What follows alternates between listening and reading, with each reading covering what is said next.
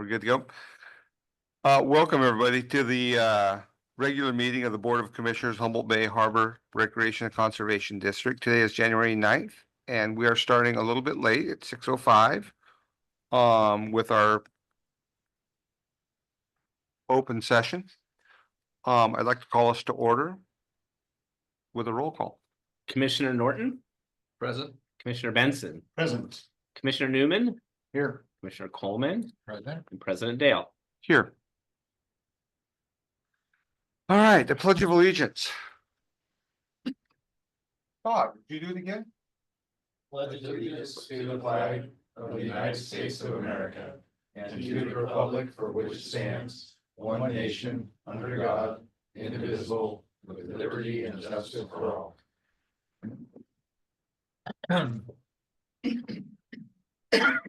All right, Ryan, would you like to report on the closed session? Yeah, the board took no reportable action in closed session. The only item that the board met on was item C. Or I'm sorry, item A, item B and C were not discussed. Thank you. All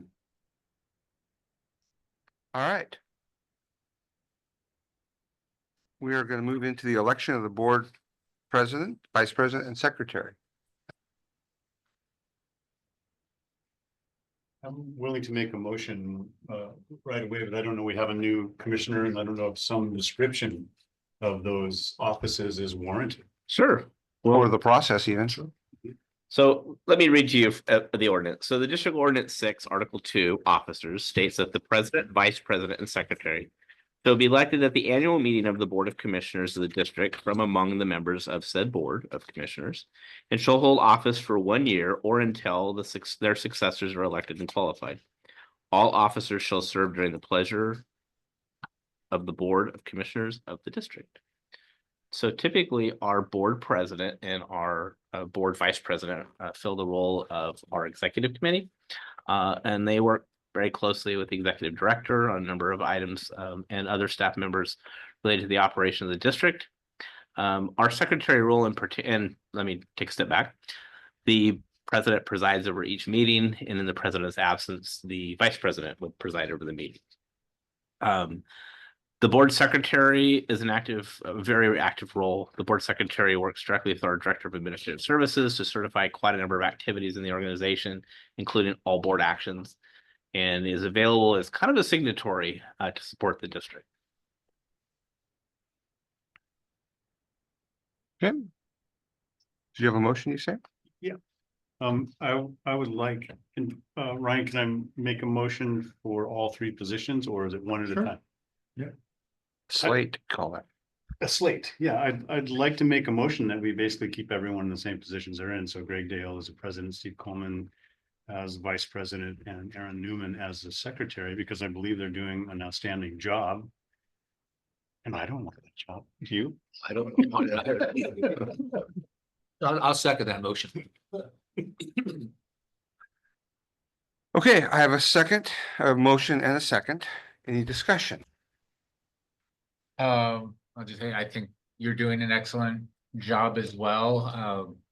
I would also be willing to take the role of president if you feel like you've had your 2 years and want a little break from it. But I do.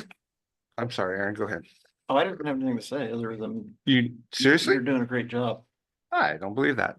But so I appreciate your confidence in your recommendation. I do think that there's value in change. And I think that I've done it for 2 years. We've not had, in my time on the board, we've not had a president for 2 years at a time. We've had presidents do it twice. I can think of Richard did it twice, I think. I think I may have done it You- twice, but not consecutive. Not as well. consecutive, yeah. And I think there's value in having a change in leadership instead of the same old thing. And I know folks get tired of listening to me. I talk far too much. Economy of language is not my strength. So I would actually love to to pass it on to someone else. If you would care to make a Yeah. change in your motion and your second. Do you wish to still stay in the executive or would you like to have a break? I think it's time for somebody else to be in the executive and get to play in those roles. I will amend my motion. Obviously, for the public too, we have no conversation about this prior, so this is all a work in progress. I would amend my motion to nominate Stephen Coleman as the president, myself as the vice president, and Aaron Newman as secretary. Also, amend my second and second that amendment. I like that motion. You don't want to do it for us one more time? Maybe in a couple years, maybe after everybody else has had a chance to do it and see if they really like it. So any more discussion from the board? You like being secretary, Aaron? I'm around. It makes it convenient for the staff. Yes. Any discussion from the audience? Seeing none, I'm gonna bring it back for a vote. All in favor of this slate, please signify by saying aye. Aye. Aye. All opposed, please signify by saying nay. Motion passes. We have a new president. Now we're order again too, so. Do we have to change seats? Or do we stay in the same seat? I don't think that's in our resolution of where we sit. Okay, because I do like sitting in the middle. I get to see everybody. And I The actually, TV camera's not on me. there is something I should have disclosed actually, but before. And that next month I'm gonna be out of town. I'll be able to join by. We'll have a good president, remotely, a vice president. But so we'll have an opportunity to hold the gavel next month. Great, I was hoping there'd be a training period. You too. Here we go. Thanks. All right. All right, well, thank you, and thank you, Greg, for your service. You've done a great job. It's been Awesome. great working with you as vice president. Oh, he's liking that. Oh, watch out, because I'm not afraid to use it. I never hit anybody. And that's where you went wrong. All right, we're gonna move on to public comment now. This portion of the agenda allows the public to speak to the board on the various issues not itemized on this agenda. A member of the public may also request that a matter appearing on the consent calendar be pulled and discussed separately. I'm not gonna read the rest of this, but I'll just ask if there's anybody who would like to make public comment. Please come up to the podium, state your name, where you're from, and what you'd like to say. Make sure that's on. Push it to the green buttons down. Green button down. Todd Van Herp, Humboldt Bay Oyster Company. I wasn't able to make it by 5 to make comment on closed session, and I don't know, Ryan, if you guys discussed Mr. Mickelson's review, but I'd like to comment on that, on him. He's always been available, amenable, and approachable, and every time I call him, which is more and more often now, he picks up the phone and returns my call. He has taken action on things that I think are sort of outside his purview sometimes. There was a derelict boat abandoned in Mad River Slough. He made it disappear the same day. There was power lines down across Mad River Slough impeding navigation. Same thing. Next day it was done, and that was after several phone calls to other folks in the community who were saying it's not my job, it's their job. Try them, call them, and so I like being able to contact the guy that makes stuff happen. So I say keep him around. Next, I'd like to also recommend that the board consider reestablishing the position of conservation director. That hasn't been a position that's been filled. I'm sure those responsibilities have been shared amongst other entities within the district, but I think it's important, especially with the upcoming development, industrialization of our bay. And I think that a dedicated person tackling those things in a full-time capacity will be very important. And I think it communicates to your community and that it's still an important aspect of this entity. And going forward, I think that it will also free other other aspects of the bay, such as protection of with the increased traffic of boat traffic and things like that. There's going to be threats to the environment that we don't have right now. That increased odds, increased opportunities for those things. I think that we need somebody in a position dedicated to focus on that kind of stuff. And I would recommend reestablishing that. You've had good people in that position before, Jeff Robinson, and after that, Adam Wagshaw held that position. I don't remember when that position was vacated and not occupied, but I think it's time to reestablish that. Thanks. Thank you. Do we have any other members of the public wishing to comment on items not on the agenda? Seeing none, we'll move on to the consent calendar. We have 2 items on the consent calendar: adopting minutes for December 12th, 2024, and receiving the district financial reports for November 2024. Second. We have a motion and a second. Since this is consent calendar, I'll call a vote. All in favor, say aye. Aye. Any opposed? All right, consent calendar passes. Moving on to communications, reports, and correspondence received. Do we have any correspondence? We do not. I have some. Would you like to report on that now? I would love to. Yes. So as we all know, this last week, our former president, Jimmy Carter, passed away. And I got a proclamation announcing the death of James Earl Carter Jones, Jr.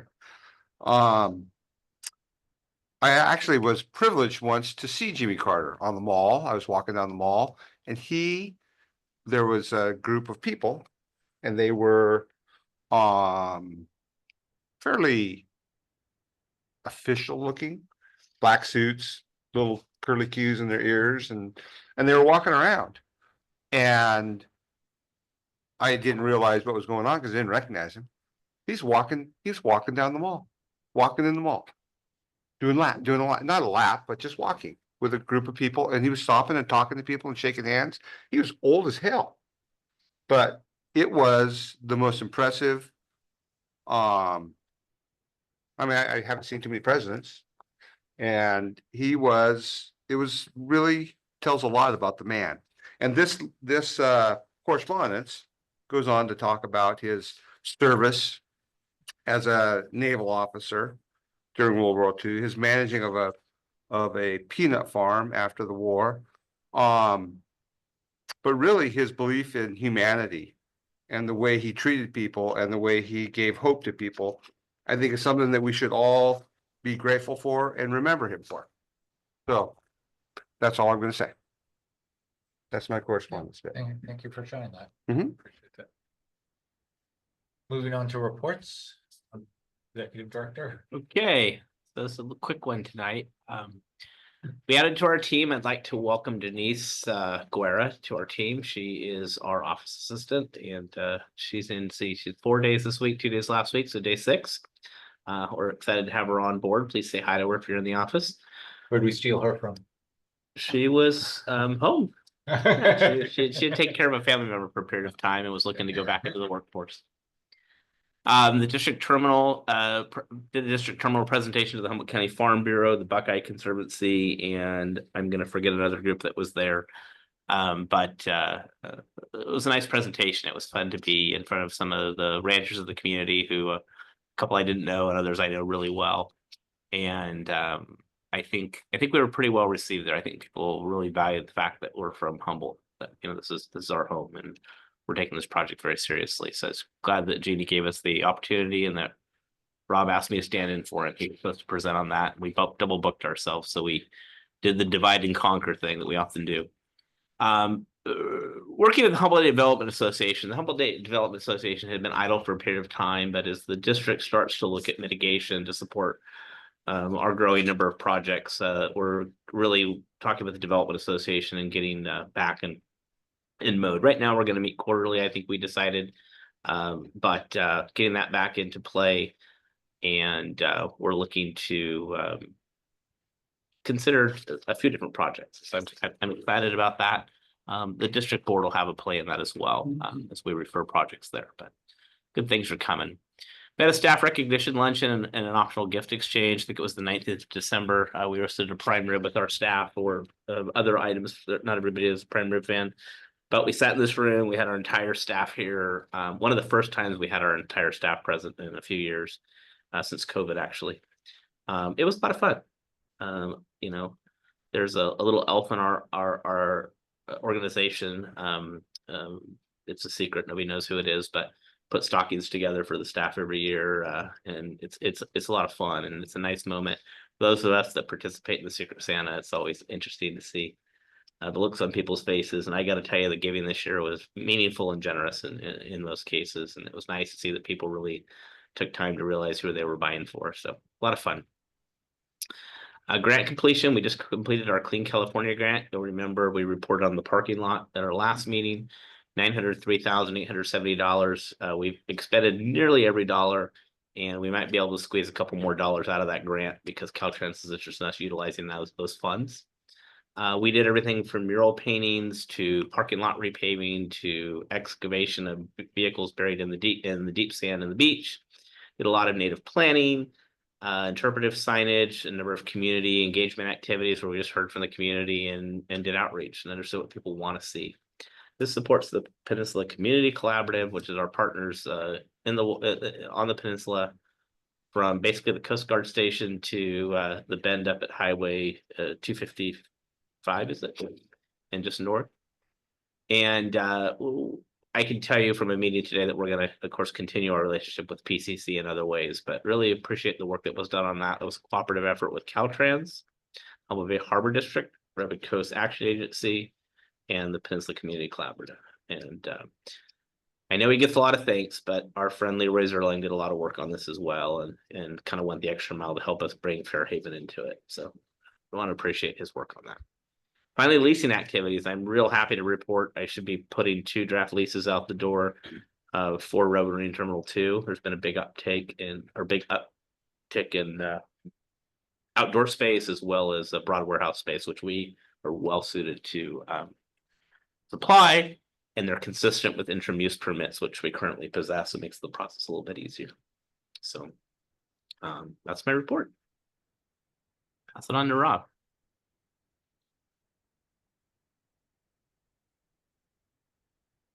Most of what I have to say is in the monthly wind terminal update. For Nordic, the incidental take permit for Longfin Smelt was due for the Department of Fish and Wildlife to give us a permit in late December, but they gave themselves a 60-day extension, so that is to February 14th. So that'll be the last permit for that project, and the mitigation for phase 1 withdrawal continues to be underway, and they have a team coming to town to visit with us later this month. Thank you. We have a district. Nothing for me, council, or turn my page. All right, how about district treasurer? Be short and sweet, I promise. No numbers. We love numbers. For those that don't know me, I'm Lindsay Grossman. Recently, on January 1st, my partner Matt Haig and myself, we started a new firm. So I have been with David Mooney for many, many years. Him and I both were partners there, and we took over the Eureka office and started Grossman Haig. So I'm just really excited, wanted to share that with you guys. Not much is changing, same staff, same people, same location. We're just new letterhead, new sign on the door. So, and I'll still be part of the district. I just wanted to give you guys the good news. And Congratulations. thank you. New Pretty email too. And the old phone number doesn't work. Yes. Oh, that's it. I, when I said call John Goff, nobody was there. It had been disconnected. He can't hear his phone anyway. You didn't keep the Well, I didn't say landline? call him on his mobile, but anyway. All right, thank you. District engineer, anything for us, Mike? Nothing to report this month. District planner. Nothing to report this month either. All right, See well, thanks. how efficient they've been. I know, thanks for being here. We'll move on to commissioner and committee reports, and I guess we have a district board resolution to try and do a better job of reporting out on our various ad hoc subcommittees, liaison positions, and so I'm not sure if we're doing that as much tonight, but I think moving forward, those of us who serve on those committees are going to try and provide a better, more comprehensive report to the public. And with that, Aaron? We had a meeting last week, I believe, of the Fishermen's Subcommittee ad hoc, and basically just to give folks from the fishing community update on where we're at with the wind terminal project, and to confirm actually who's going to be attending those meetings, and a little bit of expansion. The big news for commercial fishing right now at Humboldt Bay is crab season. Actually left an association meeting, as I'm a member of Humboldt Fishermen's Marketing Association.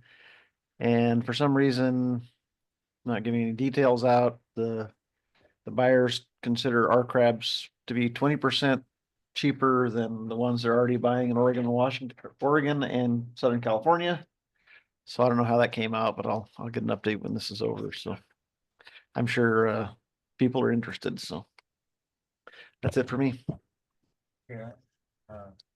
Jack, do you have anything to report? for us? No, I don't have anything to report, just, getting familiar with the position and reading lots of documents to try to catch up. That's about it. Commissioner Dale? Do you have anything to- Oh, I do. Actually, I attended the Farm Bureau, it was actually Buckeye. And Chris did a great job with his presentation, and I think there's quite a bit of concern. I would say concern, just interest in transmission through a lot of our rural timber and agricultural lands. And so I think a lot of people have not had, in that industry, and specifically these areas where transmission is going to end up going, have not had good experiences with power lines and Caltrans, or not Caltrans, PG&E. And so I think they got a lot of work to do with some of these landowners. But I think that's a start. I think Chris did a good job, and I think the folks that were there were good people that have the best interests of all of us in mind, not just their own stuff. We had a quick port executive committee meeting this week. And that was not a lot decided there, or we don't decide anything. We just discussed all the stuff, but there's a lot of work going on to clarify some of the language in some of our grant funding. So I think we're gonna be seeing that come out fairly soon. I don't know that I can give you a good report on. I think the information is going to be good, but I don't know that I can give you an accurate report yet, because I think still a lot of things up in the air. Other than that, Christmas was wonderful. New Year's was wonderful, and Happy New Year, everybody. Oh, so can I carry on for our Yeah, former How commissioner? many steelhead did you see in the Eel River? I didn't see any steelhead in the Eel River, possibly because the Eel River today still has standing waves in it. I mean, it's snorting, but, this calendar that they produce is absolutely stunning. And I know that there's an envelope in here, and if you give them $1 or $2 in this envelope, you too can have one of these calendars. See, there's an envelope in there. You don't get anything from Patrick without an envelope in there. He gave you an article in there. Yeah, I got that too, but there's probably an envelope with that too. Thank you for Thank you. humoring me. Vice President Benson.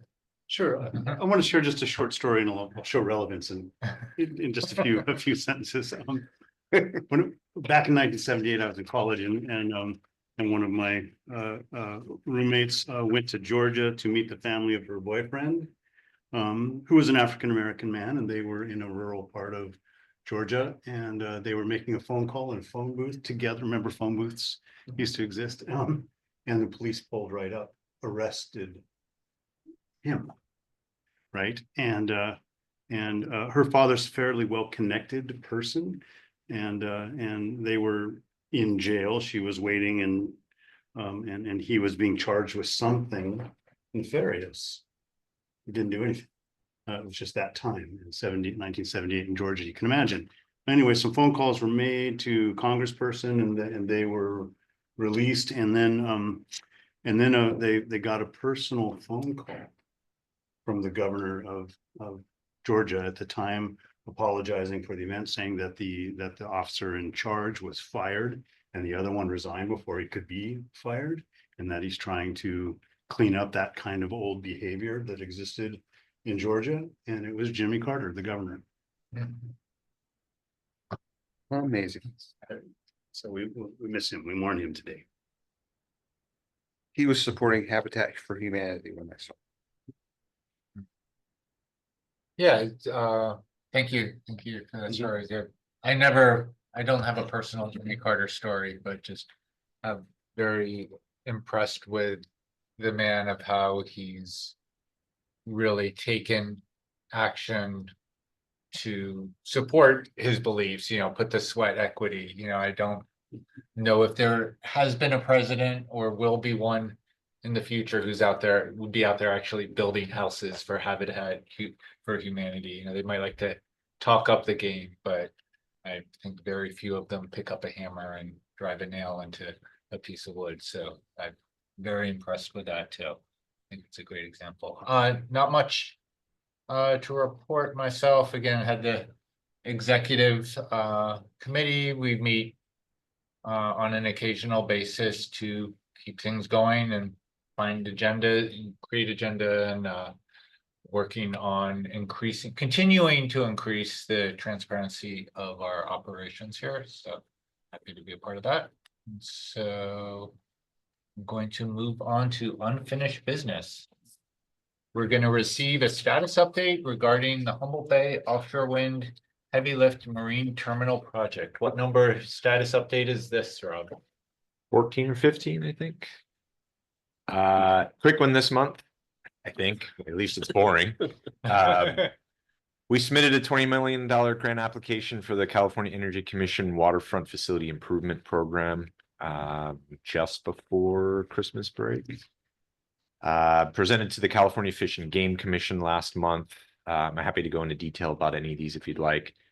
We have a lot of detailed financial planning underway with updates coming to you in the future. Ongoing design check-in meetings with various energy companies, original equipment manufacturing companies, and other similar organizations. So those have been really productive. If you recall, we have 15% design plans at this point, and we've been meeting with the companies and asking them, pushing them for really detailed feedback. And those are ongoing, reoccurring meetings. So really advancing the design pretty quickly. Chris and Greg, you both talked about that transmission meeting at the Ag Center. Aaron, you talked about the meeting with fishermen. We had a kickoff meeting with MARAD for the NEPA process. We are regularly meeting with BOEM, MARAD, the Corps, and the Port of Long Beach about our various jurisdictional overlaps. So for instance, the BOEM is overseeing the NEPA process, the environmental permitting process for the wind farms in the ocean. Port of Long Beach has got a project like ours that'll assemble turbines and tow them into the ocean. We have a project that'll assemble turbines and tow them into the ocean. So where does our project begin and where does ours end? And where does BOEM's begin and where does theirs end? Long Beach had the same question, so we stimulated a series of meetings with BOEM and the Corps and MARAD, and it's been really productive for the various organizations to get together once a month. What's the answer? The answer is the end of our bay, at the end of our entrance. So our project ends at the end of our entrance. So our turbines are towed from our site through the nav channel and out the end of the bay. And at that point, it becomes BOEM's project and end of our project. Even in state waters? Yes. Yeah.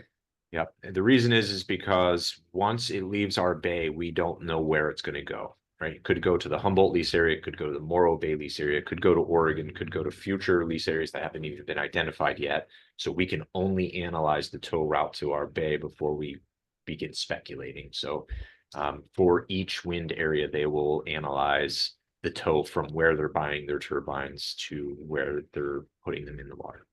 Yeah, good answer. Thanks, Ron. We are now at the point of invoicing MARAD for the PDIP grant, including staff time reimbursements. Engineering design across all the spectrums is deep underway at this point, as well as a reevaluation of wet storage, which really is a consequence of this ongoing design check and meetings with energy companies. The permit and impact analysis continues. A lot of stakeholder meetings are happening right now. As I'll show you in a moment, a lot more coming up. I find myself doing more and more budget management lately. And then mitigation siting and planning for mitigation is really getting pretty heavy. Important thing to point out for anyone that's interested in this project, if you go to our website and you hover over port and harbor, this menu will pop up, and if you click on offshore wind port terminal project, you'll get the web page that tells you everything about our project. And you can pay your bill. Yep. And on this page, you can now find over 50 documents about this project, technical studies, all available for review. So every one of those that's blue is, you can click on it and get a copy of the document. Anything that's black, it'll be posted soon. And those will be coming in batches. So within the next 2 or 3 months, 20 or 30 more technical studies will be put onto the website and available for all to see. And then some upcoming components of the project. How many pages of reading you think that is? 600. It's At phenomenal. least, Yeah, it's that's phenomenal. That's a lot of material. Well done. It's Yeah. amazing. The Nordic EIR, for context, is I think 1,100 pages. Just the EIR. So when you guys are receiving EIR and NEPA documents for review, it's going to be in the thousands of pages. But we will walk you through them. Baywide Master Plan, if you recall, is part of the PDIP project. So we will be looking at a 20 to 40 year horizon into the future of what could be done throughout Humboldt Bay when it comes to offshore wind and industrial developments, aquaculture developments, or just really looking deep into the future. A schedule update will be coming to you relatively soon. We've been meeting with the residents that live in the town of Samoa, immediately next to the project site. So our 5th meeting with that neighborhood group is coming up in less than a month. The Great Redwood Trail Agency, if you recall, with the infra grant, we applied. We've got money now to build over a mile of Class 1 trail between our project and the town of Samoa as a community amenity. And so we are just beginning the design process of that with the Great Redwood Trail Agency. Also, as a kind of a mitigation or amenity compensation for the project, we are working on doubling the work dock here on Woodley Island. and changing the fisherman storage. So a lot of fishing gear is stored over at the project site. It's going to be located here. So we're upgrading storage facilities and the fisherman dock. So that design process is now underway.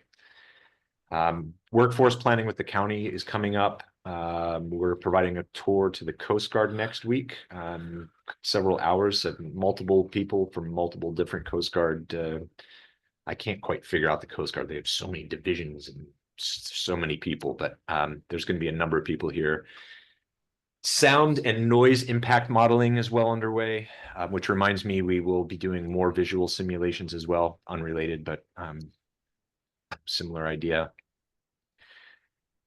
The Port of Long Beach MOU signing ceremony and the Port of Long Beach State of the Port event is next week. And so a couple of us will be going to that. We have a meeting coming up in 2 or 3 weeks with the Community Engagement Committee, which has 40 members. Aquaculture Committee meeting coming up. Another one with the Fishermen. Technical Advisory Committee coming up. We have the California Energy Commission every year does a ports collaborative with all of the ports in California and looking at how ports can do things differently when it comes to energy consumption and production.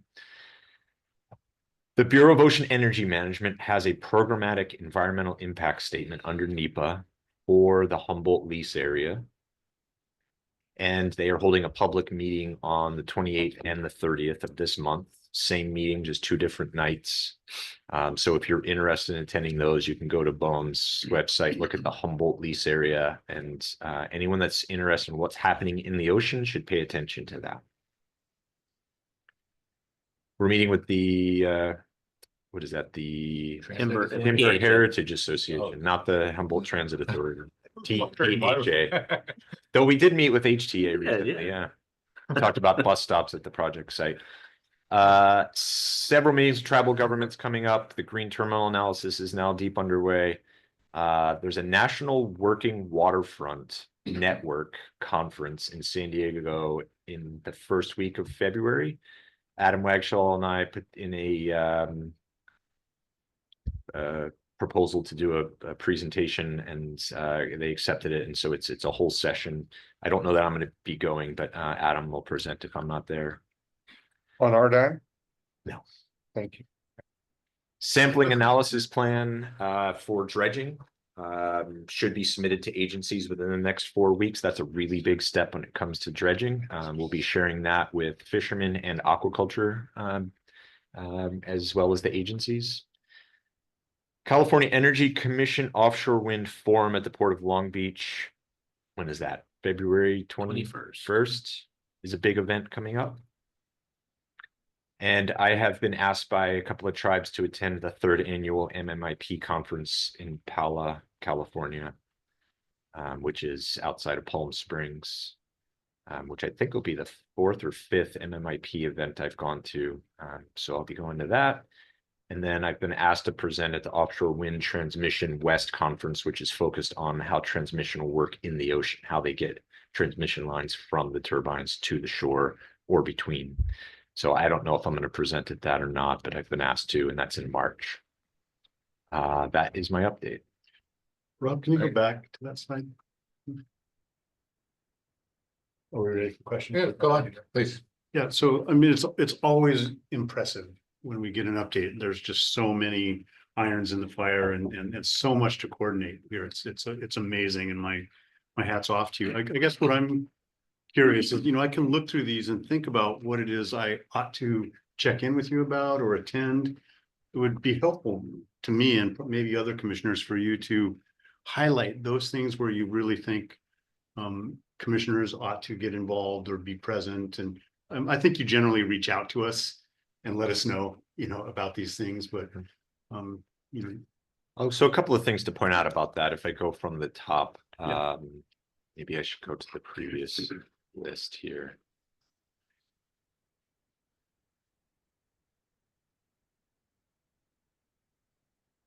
Commissioner Dale was at this one. Commissioner Newman always attends these. Anytime it says meeting, there's a good chance that, well, that's not true. This one, there wasn't a commissioner, but a lot of these meetings do have commissioners at them. Mhm. If I go back to this list here. You're now invited to all of these. We don't have commissioners going to the trail design. Fisherman, Aaron is on that one. Community Engagement Committee. I don't remember who the two are.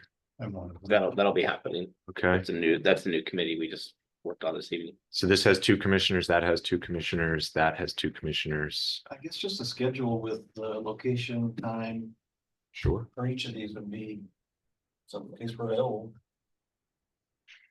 I will say, I appreciate the board's willingness to come participate. I think some things are more efficient and get done better with staff and without commissioners, and other things I think are appropriate for commissioners, and so just keeping that in mind.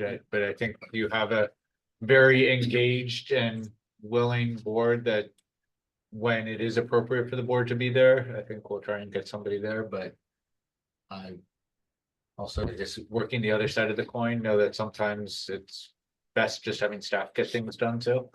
And I think more for background, just to be there as a, to learn is, not necessarily to participate in any way, just to get more feeling what's going on with the communities.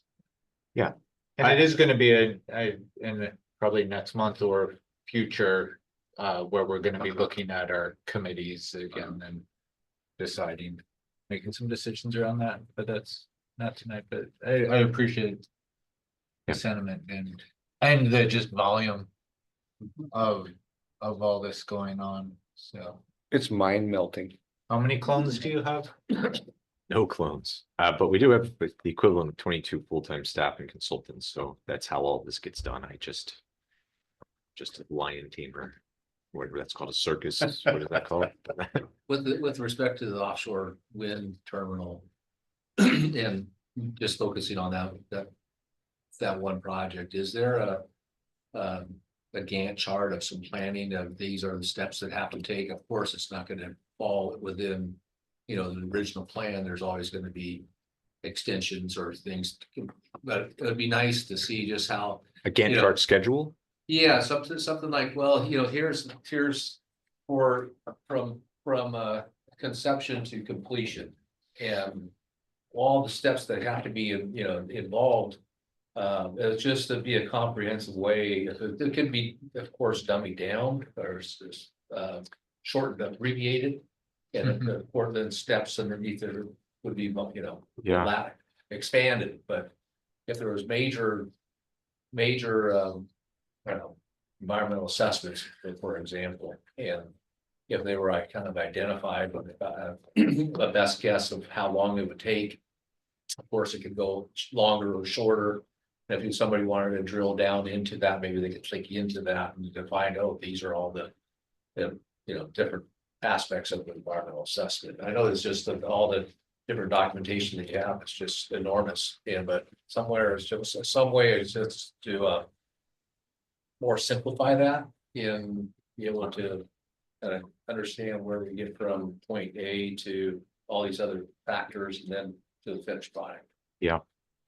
I do have up there schedule update that'll be coming to you relatively soon. So we do have a Gantt chart, detailed Gantt chart. And for those of you that don't know or anyone that doesn't know, a Gantt chart is a schedule that identifies the relationship between the line items. So for instance, if you have to submit a permit application and then get permit application approval and the agency has a minimum of a 30-day review, you can build that in and then it all ships itself around. And so if you're late submitting it, you change this date, then it changes that date automatically. So we have a Gantt chart. It's printed out 11 by 17 and it's 22 pages long. It's pretty busy. 8-point font. I'm working on simplifying that for a presentation to the board. But at that point, we'll give you the Gantt chart and you can pour over it in detail. Okay. It's just something to be able to wrap my head around and explain to the community this is, and then I know that listening from the community out when I wasn't on the commission. Other big folks and I think you're already listed on things that have topics, but it'd be nice to be able to even hear some summary of the other two projects, the transmission and the placement of I know you mentioned it, if you want to find it, that's go find, look at the BOEM and participate that way, but yeah, there's just some other way to communicate that to board and public, just how to, where those other projects, I know that's not your focus and, but it's of interest to the community and I'm sure the boards. Yeah.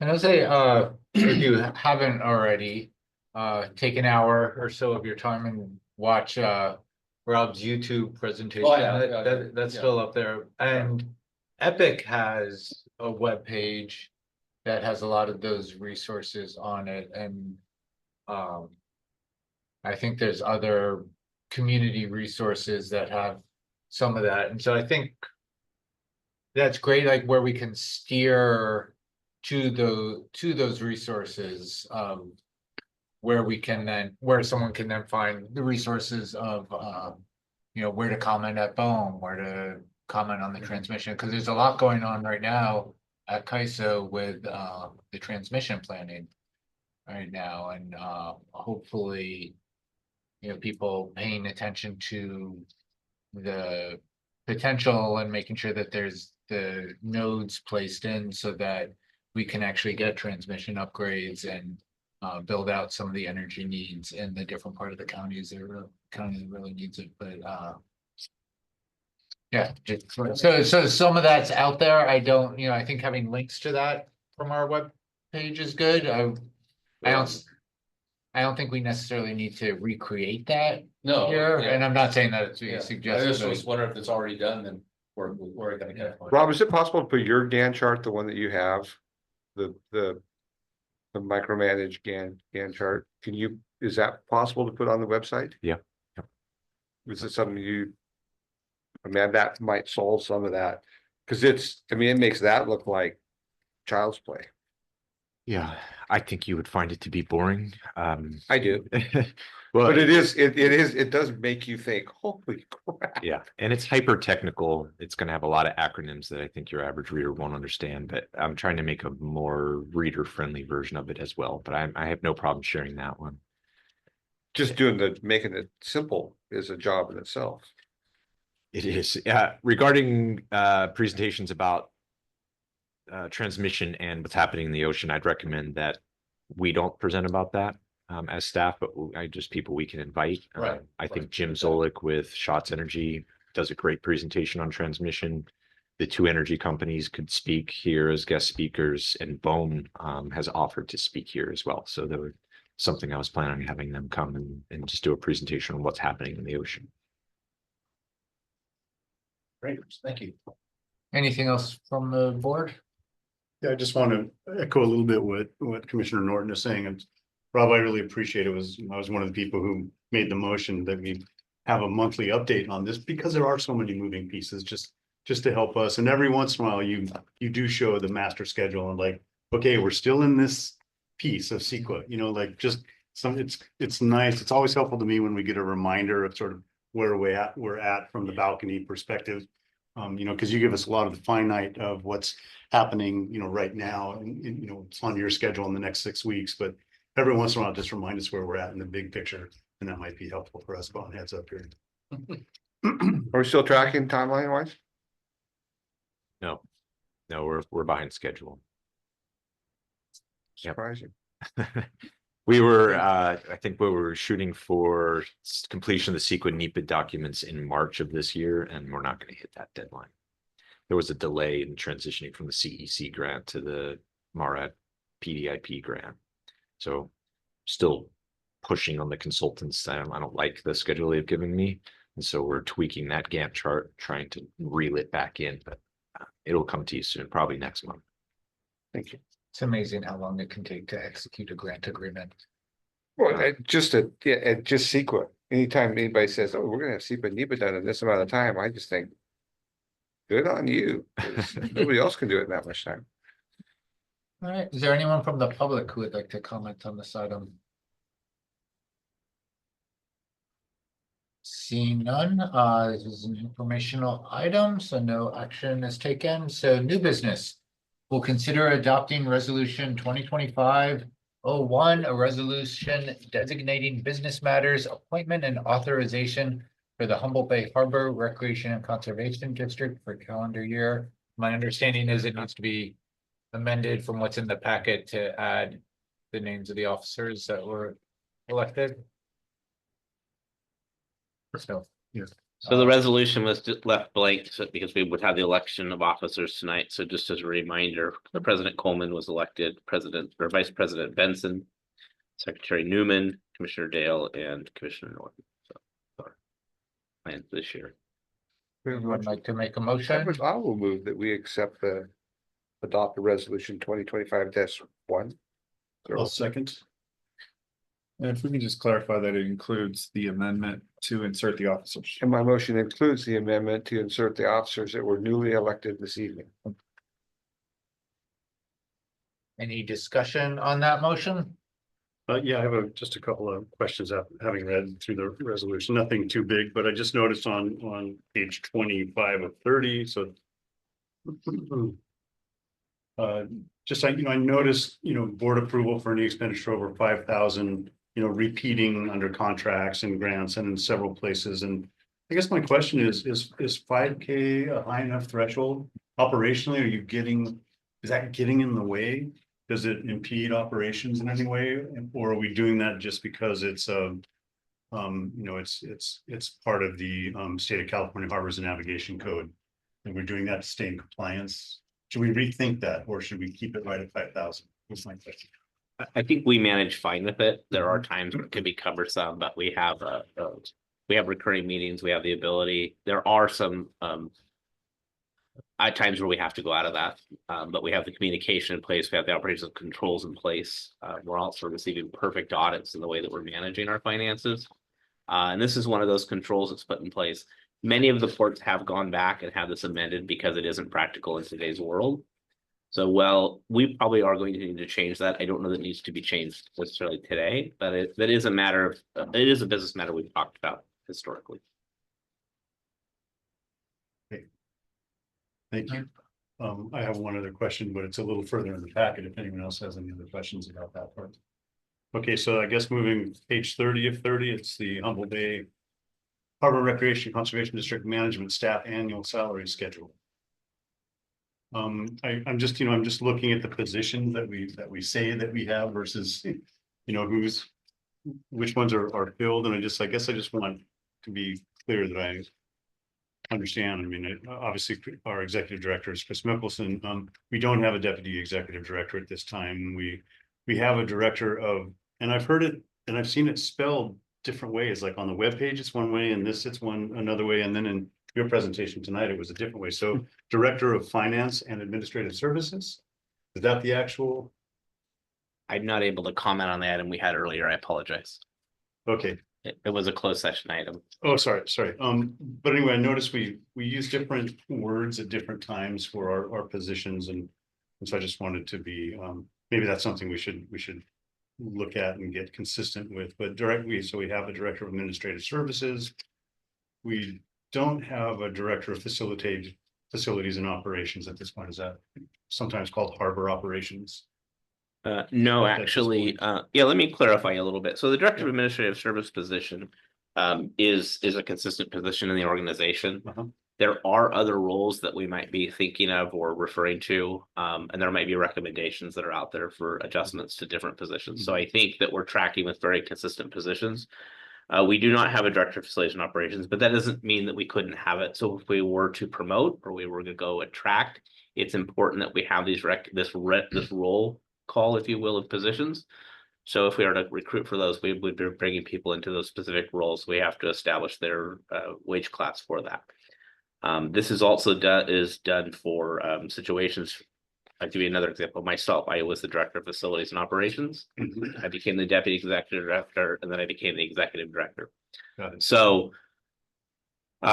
this is the positions that we have in the organization that can be filled. It is not currently in the district's abilities nor in the needs of the district to fill all of these positions. As the ED, I would love to fill a lot of these positions. I understand. But to clarify, that's just kind of why some of these are in there. These are established positions that we've written job descriptions for. We've adopted a wage scale for. We've broadcast this over to CalPERS. That's part of our process as Yeah. well as getting our benefit administration. Currently, to answer your other question, the director of facilities and operations, right now, we have what's known as a facilities coordinator. Right. It's third from the bottom of the roll there. Right. And that doesn't indicate it's the bottom position. It's just where it is in the list here. Sure. And that's really where we're at now, but in time, I think, if we can grow our individuals and mentor our team a little bit, we might be able to get them into some of those other roles. Oh, I don't know if I answered your question, but. Yeah, no, I'm just trying to get clarity on who we have and who's wearing three hats. That maybe there's three of these positions being filled by one person, which seems to be.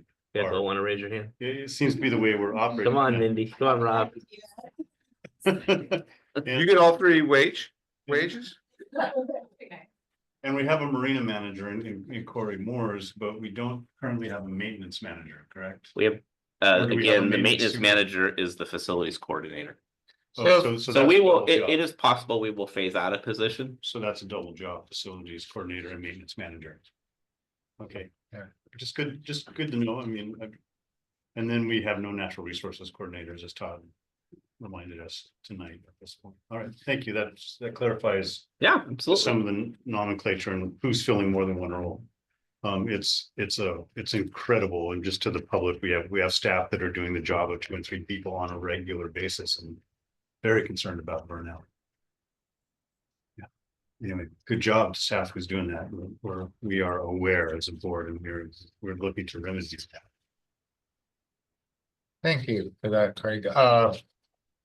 So to clarify, like, these are the positions that the board has currently approved and that we have job descriptions for and have wage scales for. If we were, for whatever reason, sometime in the future to do an org chart change or eliminate or include different positions, I guess this resolution would need to be amended to reflect whatever those changes are, but we're not adding or any new positions with this resolution. We're just reflecting what's currently been adopted by the board. That is correct. This is not the collective bargaining positions. This is management salaries. Yeah, of course. Keep in mind that we did make a change some time ago. And when we brought that to the board for ratification or authorization, however you want to say it, at that point in time, and updated new pay schedules. And so that has happened historically. And it's likely it could happen in 2026 because we'll have classified staff negotiations in that period of time. And that usually causes an evaluation of the whole program. Or if we went out and did a search for executive level positions or mid-management positions, and we brought somebody in and maybe it was a skill set they possess that we could find great benefit in, it would be possible that we could modify one of the job descriptions. So at that point in time, we'd have to bring that forward as well as authorization for the wage. Just try to be the squeaky wheel here. I have one more question based on what we're going to vote on. On page 26 of 30, the regular monthly board meetings. Under 4, it says notice is posted a minimum of 72 hours prior to the meeting.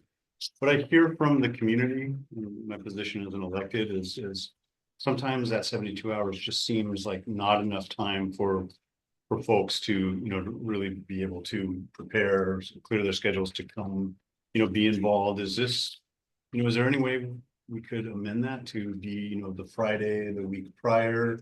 I mean, I know there's a whole lot of Brown Act stuff in here, but I just wonder, should we consider for adopting this, extending that 72 hours out? How feasible is that? Well, we are doing that. So we actually, we do produce the So- agenda the Friday before. We far exceed the 72 hours on a recurring basis. On rare occasion, we've had to put the packet out on that Monday. I don't remember the last time that's happened. Yeah. But right now we're far exceeding that. We do have to recognize, and while we respect our public greatly, we have to recognize that many times there's a lot that goes into these packets. There's a lot of timing. And there could be a point in time where 72 hours is a challenge. Right now, it's not. Might be a great time to recognize Mindy. She works diligently on this each and every time. And even when we try to get the information to her a couple days ahead of time, it seems like the packet goes out pretty late on a Friday. That's not Mindy's doing. That's just the amount of work that has to go into these sometimes, and the amount of clarifications.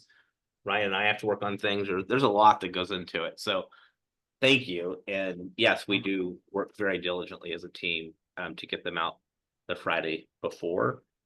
We meet with our district engineer, our district planner, and on occasion our district treasurer prior to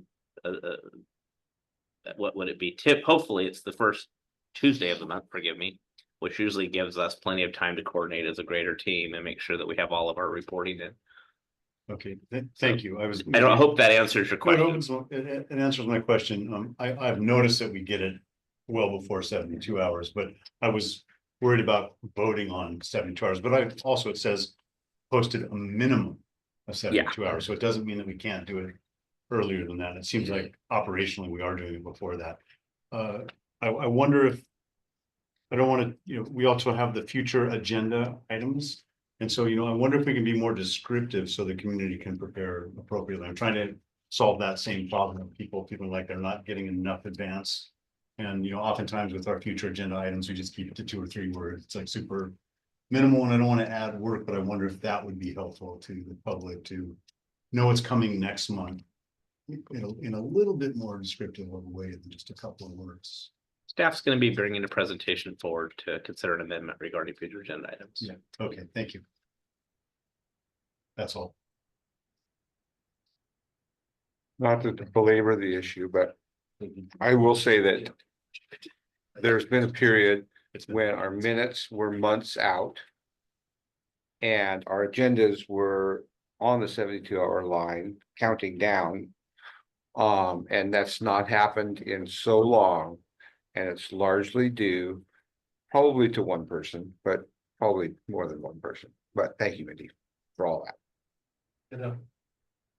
Yeah, gonna also echo that it's very rare in the past number of years that there's not been an agenda on that Friday. So And our minutes are thank you. out immediately and well done, and no. But as soon as we amend this to say that we're gonna have it on Friday, that's gonna be the month that we Yeah. need to put it out on Monday. So yes, I would not support. Not my fault. I would not Not my support fault, amending folks. this. Not my fault.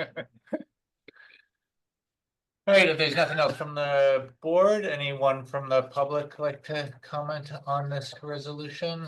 And the various and sundry things it contains? Seeing none, I'll bring it back up and it's a resolution, so you need a roll call vote.